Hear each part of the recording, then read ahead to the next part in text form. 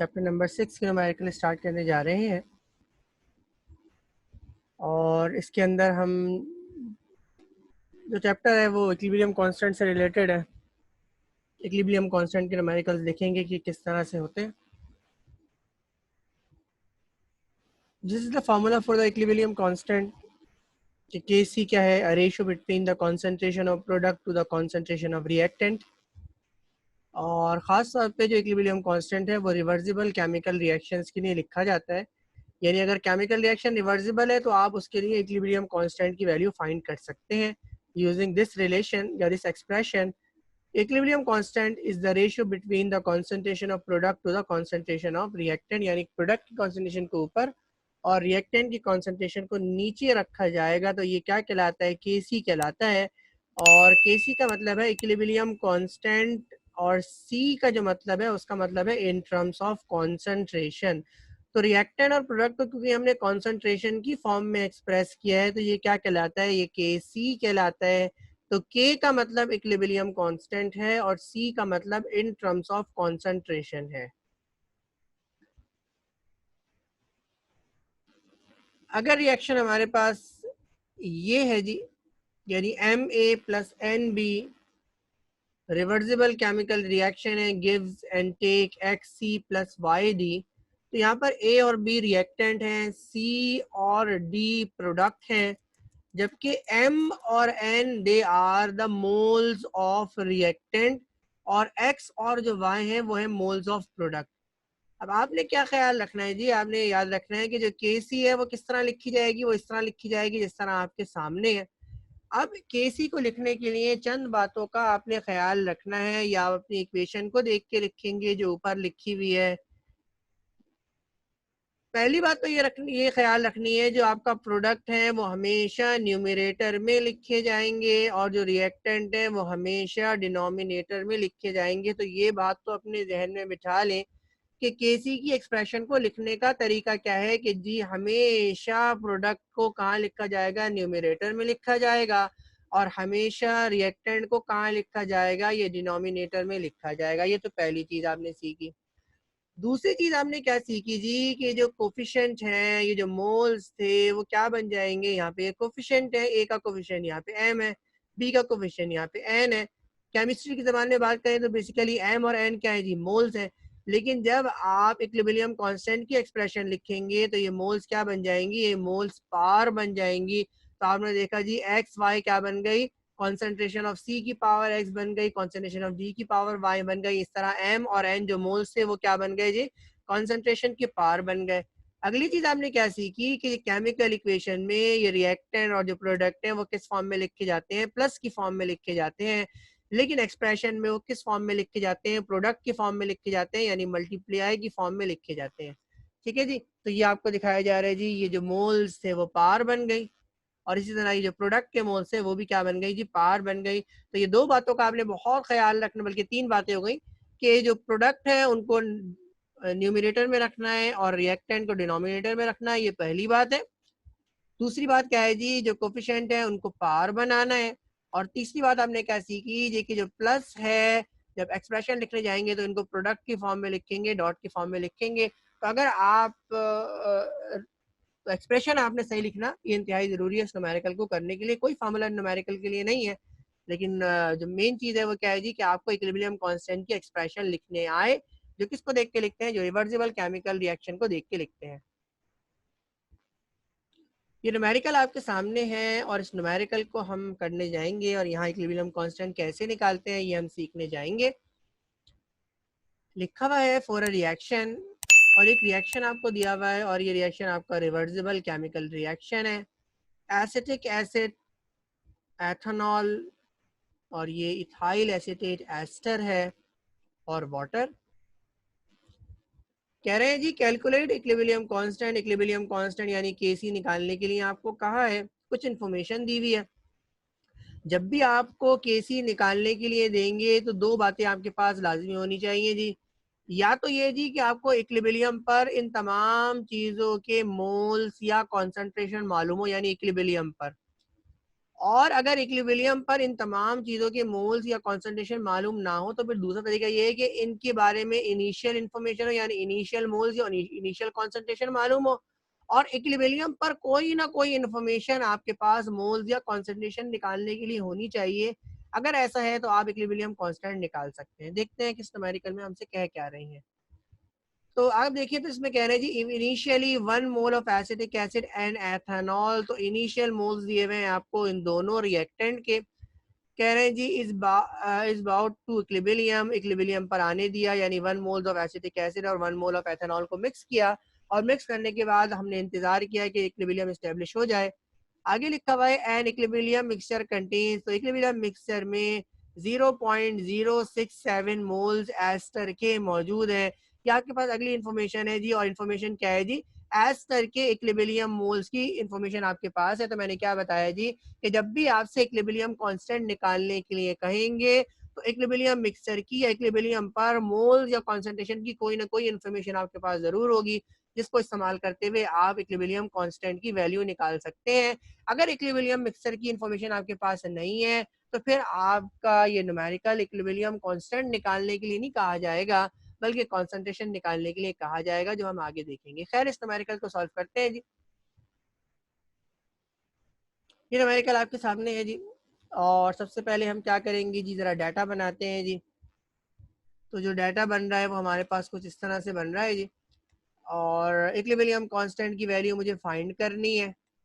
तो मैंने लिख दिया के सी इज इक्वल्स टू रिक्वायर्ड। अगर इस न्यूमेरिकल को पढ़ें तो इसमें 1 मोल एसिटिक एसिड के दिए हुए हैं और 1 मोल एथेनॉल के दिए हुए हैं, तो ये इनिशियल मोल्स हैं।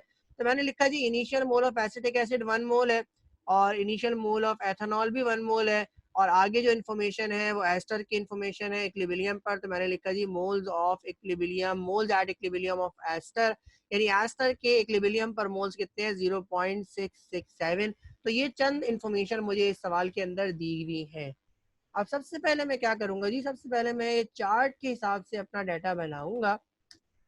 तो ये मैंने एक टेबल ड्रॉ की, मैंने इक्वेशन को लिखा जी, इक्वेशन में मुझे दी हुई एसिटिक एसिड प्लस एथेनॉल और एस्टर और वाटर।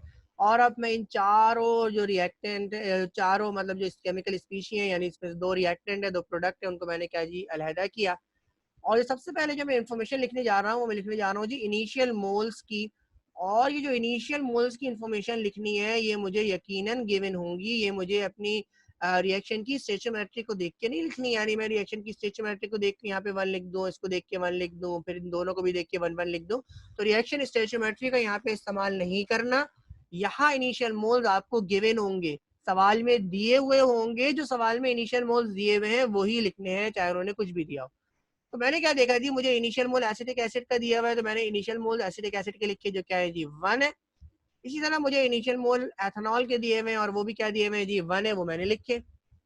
अब मुझे इनिशियल मोल लिखने हैं जी एस्टर के और वाटर के, और मैं ये जानता हूँ जी कि इनिशियल मोल का मतलब है जी मोल्स एट जीरो टाइम, और जीरो टाइम का मतलब है अभी केमिकल रिएक्शन स्टार्ट नहीं हुआ।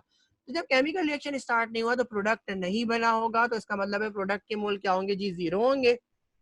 तो एस्टर प्रोडक्ट है, इसलिए एस्टर के मोल जीरो हैं, और वाटर भी प्रोडक्ट है, इसलिए वाटर के मोल्स भी जीरो हैं। तो सबसे पहले मैंने इस डाटा के अंदर क्या बनाया है, इस डाटा के अंदर क्या लिखे हैं जी, इनिशियल मोल्स लिखे हैं, और इनिशियल मोल्स रिएक्टेंट के और इवन प्रोडक्ट के भी आप क्या जी, आप देख के लिखते हैं जी आपको गिवन है या नहीं। तो अगर आपको प्रोडक्ट के मोल्स गिवन नहीं हो तो फिर आप जीरो और जीरो ही लिखेंगे, और उसका मतलब क्या है जी कि अभी रिएक्शन स्टार्ट नहीं हुआ, और क्योंकि रिएक्शन स्टार्ट नहीं हुआ तो प्रोडक्ट के मोल्स क्या होते हैं जी, जीरो होते हैं। और अगर उसने सवाल में प्रोडक्ट के मोल्स भी दिए हुए होते तो हम उसकी मानते हुए वो जो उसने उसने जितने मोल्स दिए थे हम वो लिखते।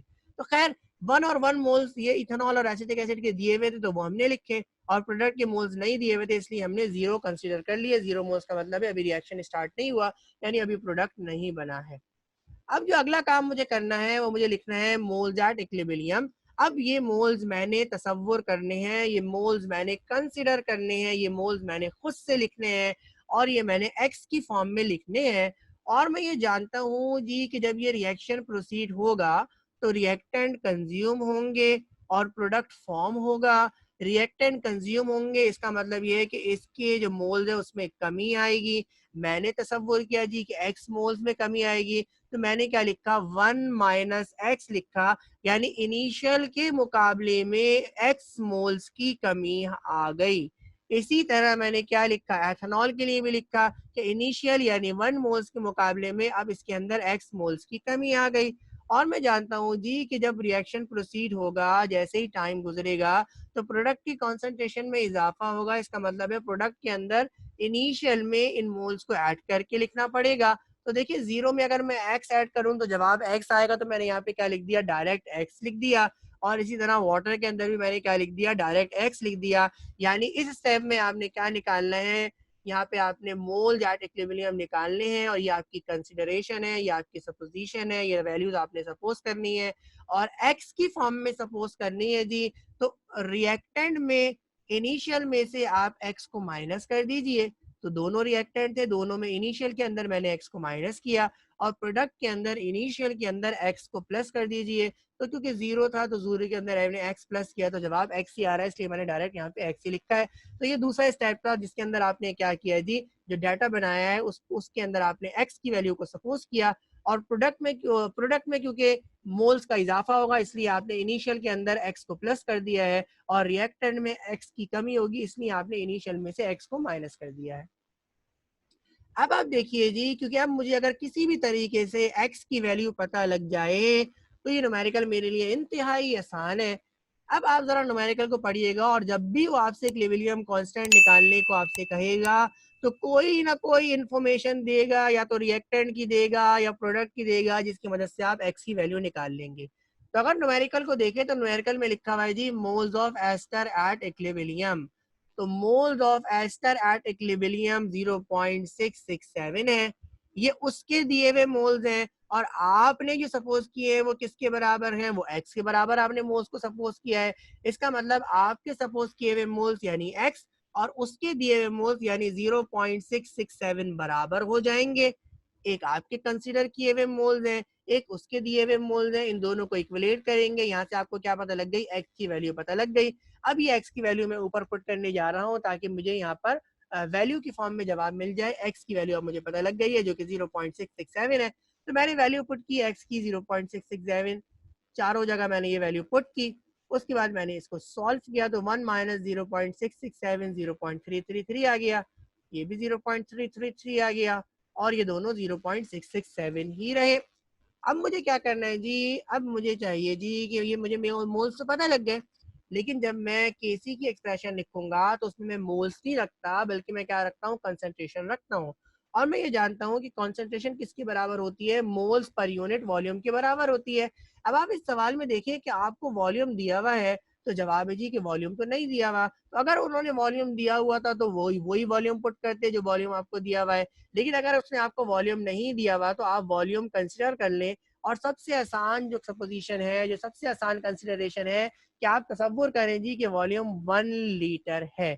और 1 लीटर इसलिए सपोज किया है जी कि जब मैं मोल्स को 1 से डिवाइड करवाऊंगा तो वही जवाब जो ऊपर है वो मेरे पास दोबारा से आ जाएगा। तो मैंने यहाँ पर लिखा जी कि कॉन्सेंट्रेशन एट इक्विलिब्रियम, यहाँ मैंने काम क्या किया कि वॉल्यूम को 1 लीटर सपोज किया और ऊपर वाले मोल्स को 1 से डिवाइड करवा दिया और उन मोल्स को दोबारा से कॉपी कर लिया। अब मेरे पास इक्विलिब्रियम पर रिएक्टेंट और प्रोडक्ट की कंसंट्रेशन मौजूद है, और अब मेरे लिए बहुत आसानी है जी क्योंकि मेरे पास ये डाटा मुकम्मल है रिएक्टेंट का और प्रोडक्ट का इक्विलिब्रियम पर, और इस डाटा की मदद से मैं इक्विलिब्रियम कांस्टेंट की वैल्यू निकाल सकता हूँ। न्यूमेरिकल को मैं आगे लेके चलने जा रहा हूँ। मैंने लिखा जी राइटिंग केसी एक्सप्रेशन, और मैं ये जानता हूँ कि केसी एक्सप्रेशन केमिकल इक्वेशन को, balance chemical equation for the reversible reaction को देख के लिखी जाती है, और प्रोडक्ट के को ऊपर लिखा जाता है और रिएक्टेंट को नीचे लिखा जाता है। तो यहाँ पे मैंने प्रोडक्ट को ऊपर लिखा, ये प्लस की फॉर्म में थे, इसको मैंने प्रोडक्ट की फॉर्म में लिखा, रिएक्टेंट को मैंने नीचे लिखा। तो क्योंकि सबके 1 मोल हैं तो 1 मुझे यहाँ पे मेंशन करने की जरूरत नहीं है, ऑटोमेटिकली 1 लिखा हुआ है। जब मैंने केसी की एक्सप्रेशन लिख ली तो अब मैं केसी फाइंड करने जा रहा हूँ। ये जो डाटा मेरे पास मौजूद है तमाम रिएक्टेंट और प्रोडक्ट की कॉन्सेंट्रेशन इक्विलिब्रियम पर, वो मैं इस डाटा के अंदर रख दूंगा।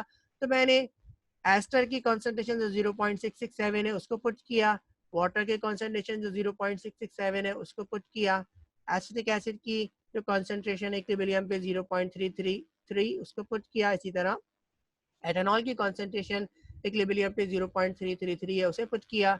सॉल्व किया मैंने और मेरे पास जवाब आ रहा है 4.0, यानी इक्विलिब्रियम कांस्टेंट इस रिएक्शन के लिए। और ये रिएक्शन क्या कहलाता है? स्टेरिफिकेशन रिएक्शन कहलाता है, the formation of ester from acetic acid and ethanol. जो मुझे न्यूमेरिकल के अंदर इंफॉर्मेशन दी थी उसकी वजह से जो मैंने केसी की वैल्यू निकाली है वो आ रही है 4.0। तो ये सिंपल सा न्यूमेरिकल था जो आपने सीखा। लेकिन इंपॉर्टेंट चीज़ क्या है जी? इस चार्ट का सही बना होना। तो ये चार्ट अगर आपका सही बना है और आपने केसी की एक्सप्रेशन सही लिखी है तो ये इंतहाई आसान न्यूमेरिकल है आपके लिए।